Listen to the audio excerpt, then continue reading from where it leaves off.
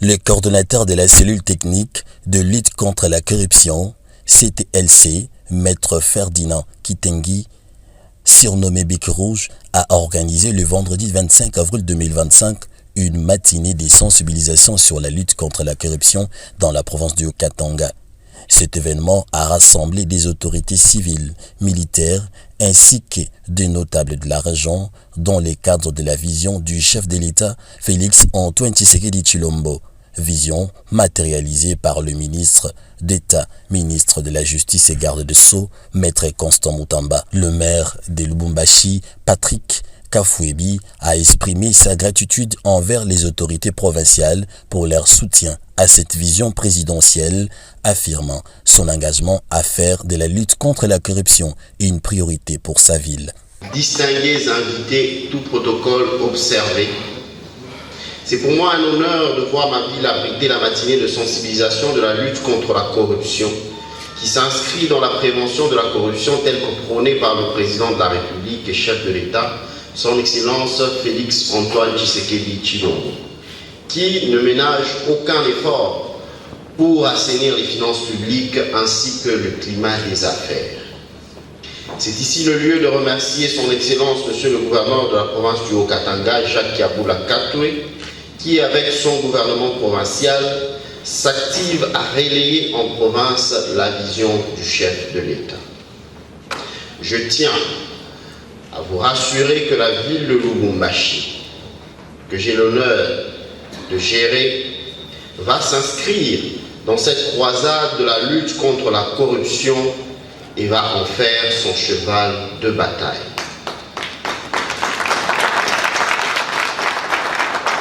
J'aimerais ici aussi demander à toute la population louchoise de s'approprier cette lutte contre ces antivaleurs parmi lesquelles nous avons la corruption. C'est ainsi que je souhaite à toutes et à tous la bienvenue et une meilleure participation à cette matinée. Je vous remercie. Dans son discours, Maître Kitengui a mis en lumière les conséquences dévastatrices de la corruption sur les populations vulnérables. Malgré le mécanisme de lutte en place, il a rappelé que la République démocratique du Congo, comme d'autres nations, continue de faire face à ces fléaux. À cet effet, la République démocratique du Congo, comme tous les autres pays de la planète, est malade de la corruption. C'est un fléau aux conséquences néfastes sur les populations le plus démunies et le pays en voie de développement. Depuis des décennies, les pays du tiers-monde se sont ligués pour combattre les antivaleurs à travers ce que nous appelons les conventions, le traité, les accords ou protocoles, ainsi aussi institutions et internationaux. Entre autres, la Convention des Nations Unies contre la corruption au niveau international et au niveau sous-régionaux. Nous avons des protocoles comme le protocole de la SADC contre les anticorruptions. La République démocratique du Congo, à son tour, et non seulement ratifié les textes internationaux, régionaux et sous-régionaux, mais aussi a mis sur pied un arsenal juridique riche et diversifié pour la lutte contre cette pandémie du siècle, y compris également les liens existants entre la corruption et d'autres formes de criminalité, en particulier la criminalité organisée et la criminalité économique. Dans le blanchiment des capitaux, il s'agit ici de la Constitution de la République démocratique du Congo, promulguée le 18 février 2006, du Code pénal congolais, des lois, de décrets, des ordonnances et ordonnances-lois, et aussi les textes réglementaires. Le problème fondamental reste celui de la mise en application de tous ces instruments internationaux, régionaux ou nationaux pour améliorer la gouvernance et contribuer à l'éradication de la pauvreté qui caractérise la vie de la majeure partie de nos citoyens congolais. C'est dans cet élan que son Excellence, Monsieur le Président de la République, chef de l'État, Félix Antoine Tshisekedi Tshilombo, préoccupé par la gravité des problèmes que pose la corruption et de la menace qu'elle constitue pour la stabilité et la sécurité des sociétés. En sapant les institutions et les valeurs démocratiques, les valeurs d'éthique, de la justice et en compromettant le développement durable et de l'état de droit, a instruit le gouvernement de la République via ou par le biais du ministre de la Justice et des gardes sceaux. J'ai cité M. Constant Mutamba Tungunga, qui a mis en exergue un organe d'exécution dénommé cellule technique de lutte contre la corruption, et c'est conformément au décret numéro 09/023 du 18 mai 2009 portant création des cellules au sein du cabinet du ministre de la Justice, et c'est conformément au décret, à l'arrêté plutôt numéro 189/1000/GEGS/2024 portant organisation et fonctionnement de la cellule technique de lutte contre la corruption, a pour mission principale dresser des tableaux relevés les statistiques des actes de corruption. Secondo, identifier devant le juridiction de procédures pendantes en cours ainsi que les décisions rendues en matière de corruption. D'assister le gouvernement dans l'orientation de sa politique criminelle en matière de lutte contre la corruption. Et enfin, faire le suivi et l'évaluation pour les comptes du gouvernement des actions menées afin de proposer des mesures adéquates dans la lutte contre la corruption. Il y a 3 axes stratégiques pour parachever la stratégie nationale de lutte contre la corruption, notamment la prévention, la détection et l'investigation ainsi que la répression. Et c'est dans ce contexte actuel que la province du Haut-Katanga est confrontée par la gravité des problèmes découlant de la corruption dans tous les domaines de l'administration publique ainsi que dans tous les domaines de l'administration publique que privée, qui nécessite une approche globale et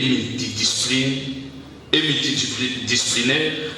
pour prévenir et combattre efficacement ces fléaux. Honorable président de l'Assemblée provinciale du Haut-Katanga, ici représenté, Monsieur le commandant de la 2e région militaire, Excellence Monsieur le gouverneur de province, ici représenté,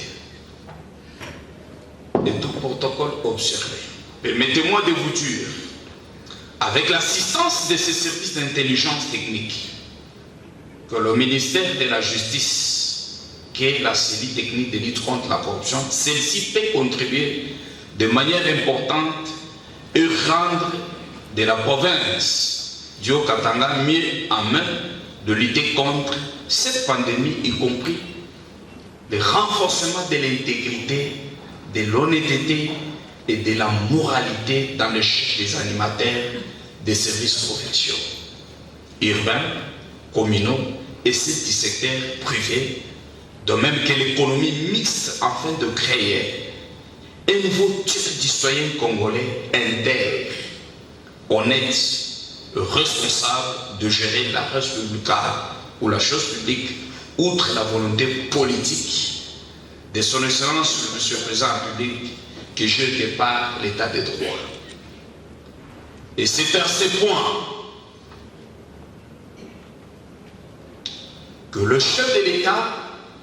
reconnaissant les principes fondamentaux de respect des garanties prévues par la loi,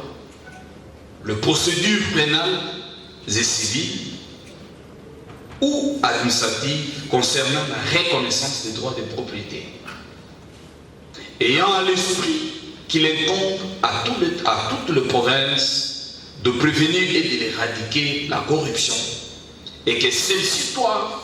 coopérer entre elles avec le soutien et la participation de la population en général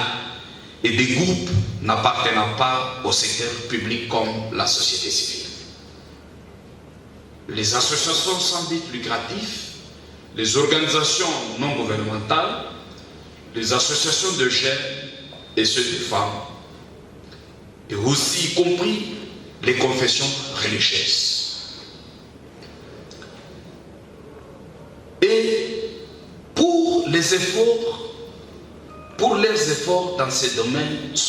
pour que leurs efforts dans ces domaines soient efficaces. Se félicitant des travaux d'élaboration du projet de loi portant création, organisation et fonctionnement du tribunal et du parquet économique et financier en République démocratique du Congo, adopté dans le dernier conseil des ministres qui s'est passé ici dans les Hauts-Katanga, ville-province et ville de Lubumbashi. La révision de la Constitution, du Code pénal également, du Code civil, des codes de procédure pénale et civile, ainsi que de la loi dite foncière, etc. C'était le texte ou les instruments juridiques que votre cellule a apporté la contribution dans le gouvernement en cours.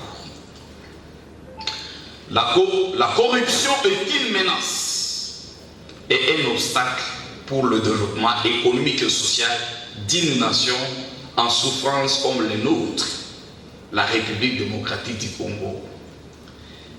Pour lutter efficacement contre la corruption, plusieurs recommandations ont été formulées, notamment l'implication de toutes les couches sociales et l'organisation des campagnes de sensibilisation.